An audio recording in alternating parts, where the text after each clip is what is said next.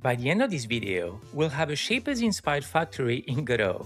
And honestly, I was humbled.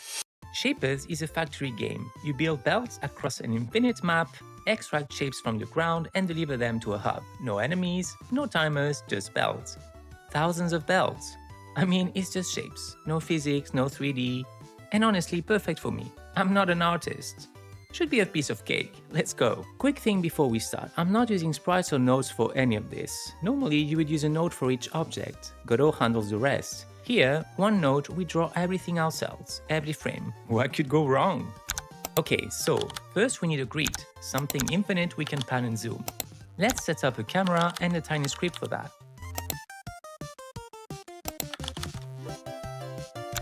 Every frame, we ask Godot for the canvas transform.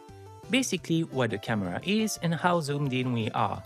From that we can work out exactly which lines are actually on screen. So instead of showing the whole grid every frame, we only draw what's inside the viewport. Everything outside just doesn't exist.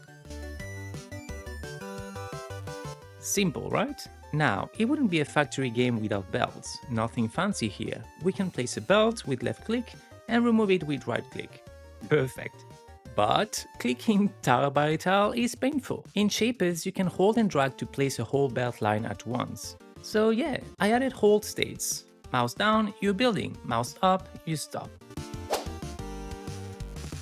Wait, what? The mouse just skipped like over 4 tiles. Right, so the mouse position is only checked once per frame. Move fast enough and it jumps. To fix that, we need to figure out which tiles the mouse passed through between frames. Think of it like drawing a line on graph paper. Start on one square and on another, fill every square in between. So that's DDA, Digital Differential Analyzer Algorithm. The step count is just the distance the mouse moved. Then we loop across and round each point to the nearest tile. Smooth! We don't have gaps anymore. Okay, let's keep going. Problem is, we can only draw straight belts. Yeah, it looks terrible. So, each belt needs to check its neighbors. Belt coming in from behind, straight. Belt turning in from the side, draw a curve. And every time we place or remove a belt, the tiles next to it recalculate automatically.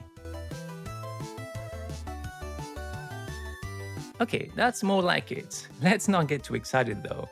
We have an infinite world, but it's just empty. In Shapez, resources are scattered all over the map, so we need to generate them.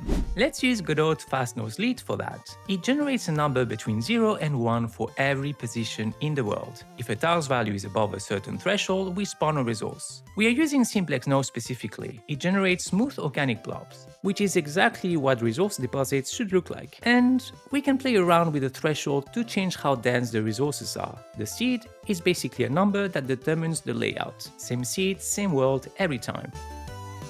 So, okay, my computer is really not happy about this right now. Turns out we are trying to generate infinite resources every frame. To fix this, we need to split the world into chunks and only generate what's on screen, plus a bit around the edges. And if a chunk was already generated, we skip it.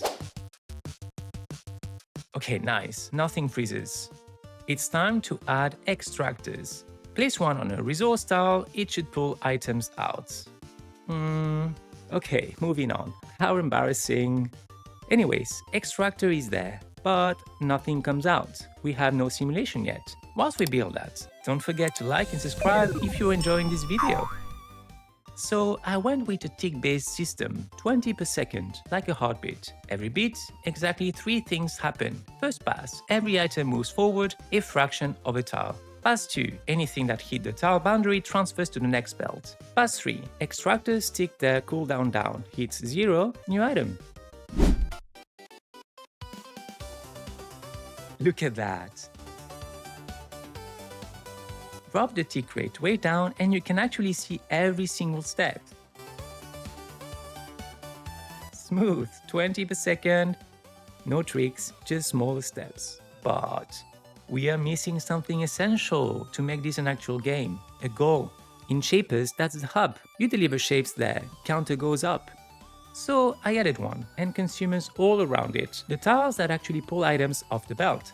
So we need to update the simulation. Fast2 now handles a new entity type, the consumer. Item arrives, shape matches, counter goes up. That's the whole game loop right there. Look at that counter go!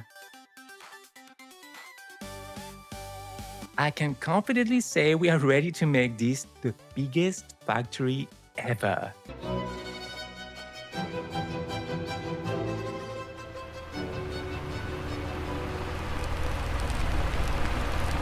Oh no, no.